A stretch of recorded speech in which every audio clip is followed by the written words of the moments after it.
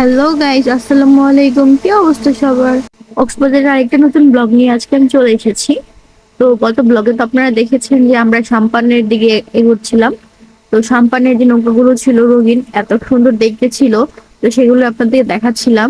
তো এখন আবারও আপনাদেরকে দেখাচ্ছি। আসলে এই সাম্পানগুলো দেখার জন্য এতটাই পাগল ছিলাম আমরা সবাই, যে আমরা যখন পুরো ভিডিওতে দেখতাম যে এত সুন্দর করে পুরো রাস্তার মধ্যে সাম্পান গুলো সাজানো আছে, দেখতে এত সুন্দর লাগতো। বাস্তবে আসলেই অনেক সুন্দর। রঙিন সাম্পান গুলো দেখতে কত সুন্দর লাগছে দেখেন। যতদূর চোখ যাচ্ছে যেন শুধু সাম্পান আর সাম্পান। তো এগুলো মূলত মাছ ধরার নৌকা। জেলেরা এই নৌকায় করেই মাছ ধরে নিয়ে আসে সমুদ্র থেকে। আর এই নৌকার মধ্যে তারা নাকি অনেকদিন থেকে থাকে সমুদ্রের মধ্যে মাছ ধরার জন্য। তো সাম্পানগুলো আসলে অনেক সুন্দর। রাস্তায় সারি সারি ভাবে সাজানো সাম্পানগুলো একদম মনোমুগ্ধকর লাগছিল। আর এক পাশে পাহাড় আর আরেক পাশে ছিল সমুদ্র। আসলেই অপরূপ সৌন্দর্যের লীলাভূমি ছিল এটা। তো এগুলো দেখতে দেখতে আমরা প্রায় টেকনাফের কাছাকাছি চলে এসেছিলাম। তো এই জায়গাটাতে আসলে বোঝা যায় যে আমরা প্রায় টেকনাফের কাছাকাছি চলে এসেছি। তো আরেকটু সামনে গেলে আমাদের টেকনাফ। তো ফাইনালি আমরা টেকনাফ চলে এসেছি। এই চাঁদের গাড়িগুলো মূলত এই পর্যন্ত আসে, এটা তাদের শেষ সীমানা। তো এই তো সাবরাং 0 পয়েন্ট যেটা লেখা ছিল, এটাই ছিল শেষ প্রান্ত আমাদের। তো ফাইনালি আমরা টেকনাফে এখন। তো এখন টেকনাফে এসে ভিডিও করবো না তা কি হয়, তো আমরা কিছু রোমান্টিক কাপল ভিডিও করে নিচ্ছিলাম। তো এই ভিডিওটা আমার খুব ভালো লাগে করতে। তো তারপর একে একে সবাই ভিডিও করে নিচ্ছিল। মিহাল করলো, তারপর শ্রাবণ করলো, সবাই এখানে সুন্দর সুন্দর ছবিও তুলে নিয়েছিলাম আমরা। তো ভিডিও টিডিও করার পরে প্রায় সন্ধ্যা হয়ে গিয়েছিল, যেহেতু আমরা দুপুরের পরে রওনা দিয়েছিলাম। তাই আস্তে আস্তে ওইখানে অনেকটা টাইম লেগে গিয়েছিল। আর এই সেই ছেলে যেটাকে আমরা সোনারপাড়া থেকে নিয়ে এসেছিলাম আমাদেরকে ছবি তুলে দেওয়ার জন্য, বেচারা অনেক বেশি আমাদেরকে টাইম দিয়েছে, অনেক ছবি তুলে দিয়েছে। অন্য কেউ হলে তো একদম বিরক্ত হয়ে যেত, কিন্তু ছেলেটা একটু বিরক্ত হয়নি, কারণ ওকে আমরা অনেক বেশি জ্বালিয়েছিলাম। কারণ আমরা 4-5 জন মানুষজন মিলে প্রত্যেকে সিঙ্গেল সিঙ্গেল ছবি তুলে দেওয়া, ভিডিও করে দেওয়া, সবকিছু মিলিয়ে তো অনেক বেশি প্যারার। তো এটা মূলত সবাই করতে চায় না। তো তারপর এখানে আমরা একটা ঘড়ির মতো দেখতেছিলাম যে এই স্পটটাতেও আমরা ছবি তুলবো। তো দেখলাম যে এখানে অনেক সিরিয়াল লেগে আছে, যে এখানে একের পর একজন ছবি তুলতেছে সিরিয়াল দিয়ে দিয়ে। তো আমাদের তো অবশ্যই এখানে ছবি তুলতে হবে।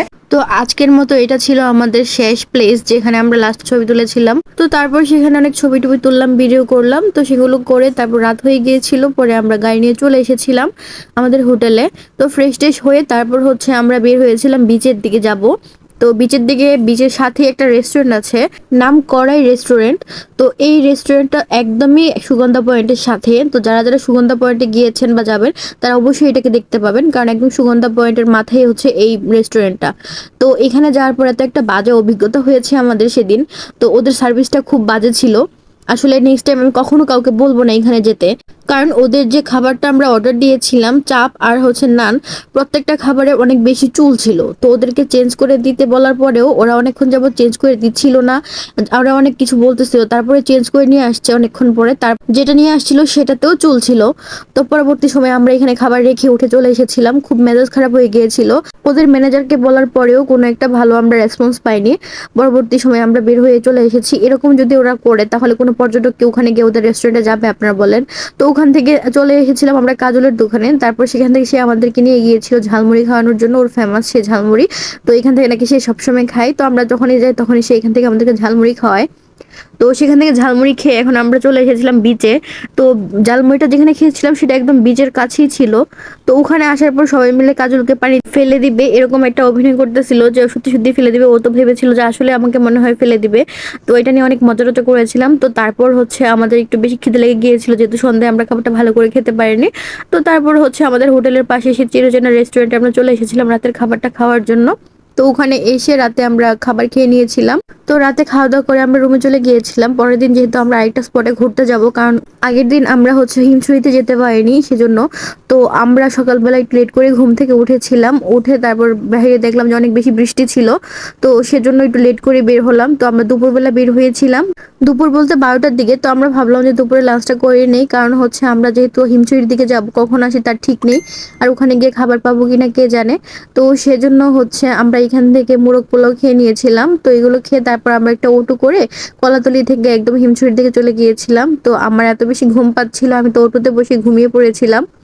তো ওইটা ওরা দুষ্টুমি করে আবার ভিডিও করে নিচ্ছিল। ফাইনালি আমরা হিমছড়িতে চলে এসেছি। আর সেদিনও খুব বেশি বৃষ্টি ছিল, একদম আকাশ কেমন মেঘাচ্ছন্ন হয়ে আছে দেখেন। তো এখানে আসার পর টিকিট কেটে নেওয়া লাগছিল। টিকিট কাউন্টার থেকে আমরা টিকিট কেটে সবাই ভিতরে ঢুকে পড়েছিলাম। তো তো এটার ভিতর ঢোকার পরে যে এতগুলো পাহাড় আমাদের পাড়ি দিতে হবে আমরা কখনো ভাবিনি, কারণ হিমছড়িতে আগে আমরা কখনো আসি নাই। তো ফার্স্ট টাইম আসার পরে এরকম এক্সপিরিয়েন্স হবে কখনো ভাবিনি। জনপ্রতি 35 টাকা করে টিকিট কেটে এখন হচ্ছে আমরা পাহাড়ের দিকে উঠে যাচ্ছিলাম। তো প্রথমে ভেবেছিলাম যে একটা পাহাড় হয়তো হবে, তারপর হচ্ছে আমরা উঠে যেতে পারবো, কিন্তু যারা উপর থেকে নামতেছিল সবাই আমাদের একটু বলতেছিল, ভাই এরকম আরো 2-3টা পাহাড় আপনাদের পাড়ি দিতে হবে। তো এই কথা শুনে তো আমরা সবাই প্রথমে বেহুশ হয়ে গিয়েছিলাম, কি বলে একটা পাহাড় উঠতে এই অবস্থা, যদি আরো বাকি 2-3টা পাহাড়ে উঠি কিরকম হবে।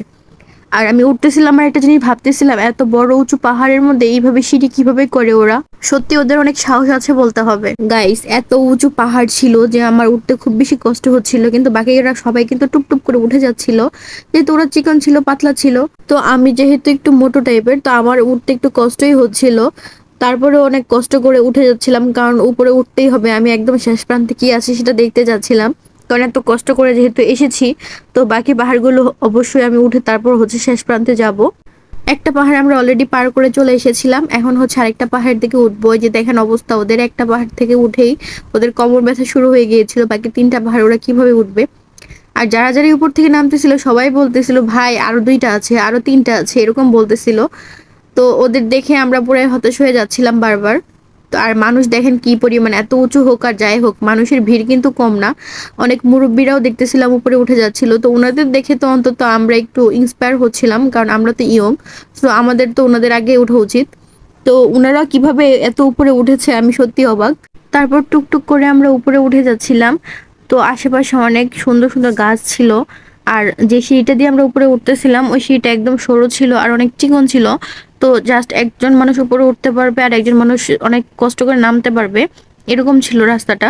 আর যেহেতু বৃষ্টি ছিল আর সিঁড়িগুলো অনেক পিচ্ছিল টাইপের ছিল, তো আমরাও একটু ভয় ভয় পাচ্ছিলাম, যদি স্লিপ খেয়ে পড়ে যায় তাহলে তো একদম নিচে চলে যাব।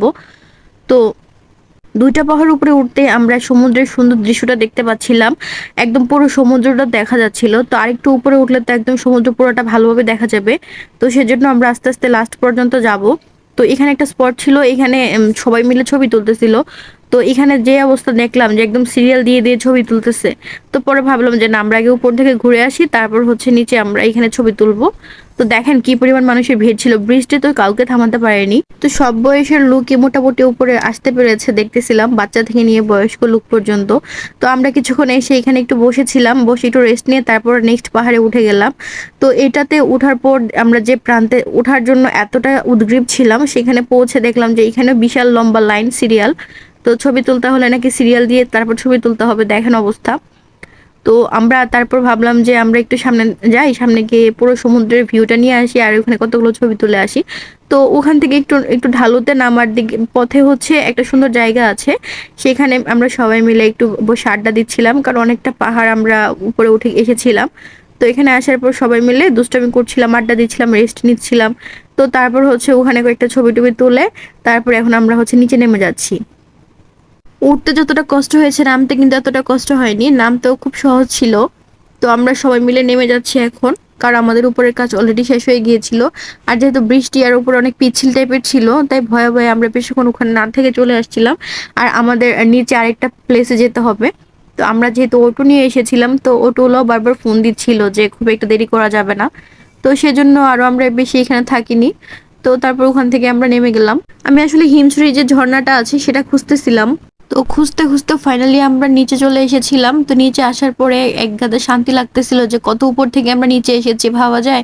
তো তানভীর আমাকে বলতেছিল, রোজ যদি তুমি এইভাবে এতটুকু উঠো আর নাও তাহলে তোমার ওয়েট অনেক কমে যাবে। তো এই ভিডিওটি অনেক বড় হয়ে গিয়েছে, তো নেক্সট ভিডিওটি দেখার জন্য আমন্ত্রণ রইল। আল্লাহ হাফেজ।